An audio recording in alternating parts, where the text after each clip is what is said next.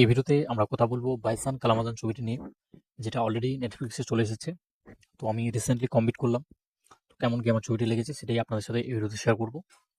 তো মূলত এই ছবিটি যিনি ডিরেক্ট করেছেন তিনি খুবই প্রিয় একজন পরিচালক আমার। তিনি হচ্ছেন মারি সেলভরাজ। তো তার ছবির যদি আমি কথা বলি, তিনি কার্নারের মতো ছবি বানিয়েছেন, বাজারের মতো ছবি বানিয়েছেন, বিদুতালের মতো ছবি তিনি বানিয়েছেন। তো প্রত্যেকটা ছবিতেই যদি আপনারা দেখেন তো একটা বিষয় দেখতে পাবেন যে তিনি খুবই গ্রাউন্ডের বিষয় বলা যায়, সোশ্যাল বিভিন্ন যে সমস্ত ইস্যু সেগুলোকে কিন্তু তিনি তার ছবিতে স্থান দিয়েছেন প্রত্যেকটা ছবিতেই।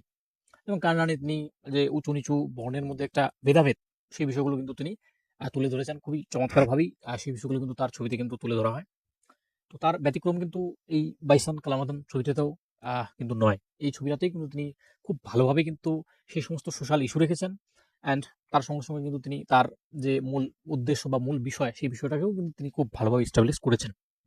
তো এখানে মূলত কিট্টন নামক একজন বালকের কাহিনী পাই।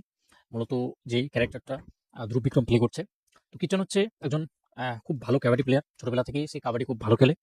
তার ইচ্ছে সে একজন বড় মাপের খেলোয়াড় হবে, দেশের একজন হয়ে খেলবে। তবে সে এমন একটা গ্রাম থেকে বিলং করে, যে গ্রামে বলা যায় এমন কিছু মানুষ বসবাস করে, সেখানে গোষ্ঠীদ্বন্দ্ব থেকে শুরু করে দুটো গোষ্ঠীর মধ্যে দ্বন্দ্ব, সেগুলো কিন্তু সবসময় রয়েছে।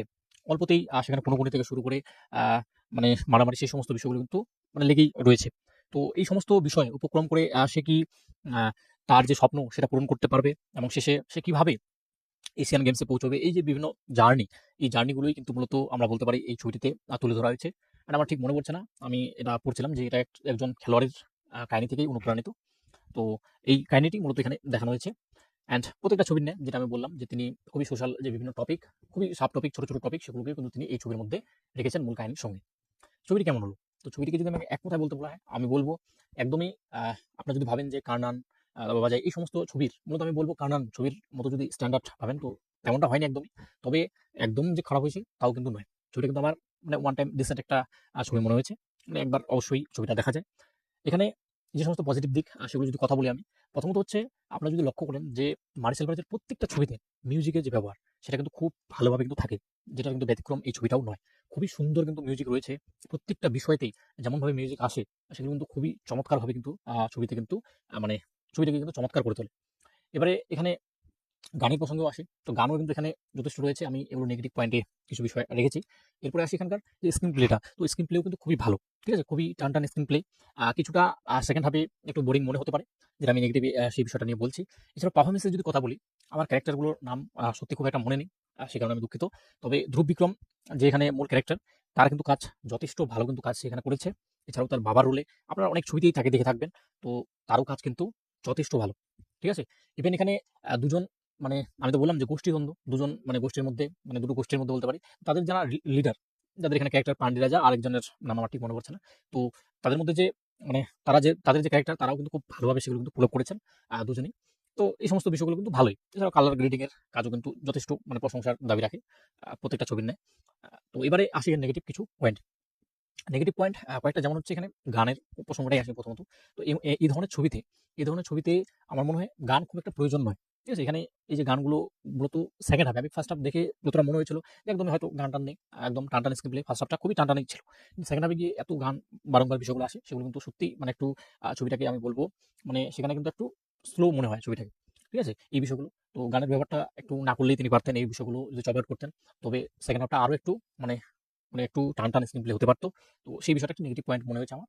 এছাড়া কিছু বিষয়, কিছু ক্যারেক্টার, যেমন এখানে প্রেমের অ্যাঙ্গেলটা, যেটা কিন্তু খুব একটা প্রয়োজন ছিল না বললেই চলে। উমা বলে যিনি অ্যাক্ট্রেস, তো তিনি এখানে রয়েছেন। তো তার যে এখানে ক্যারেক্টার, আমার মনে হয় খুব একটা দরকার ছিল না। ইভেন আমি তার পারফরমেন্সেরও যদি কথা বলি, আমার খুবই ওকে ওকে পারফরমেন্স মনে হয়েছে তার। তো খুব একটা দরকার কিন্তু ছিল না তার ক্যারেক্টারটা হঠাৎ করেই, মানে কোনো এক্সপেক্টেড দিচ্ছে না তার যে মূল কাহিনীতে।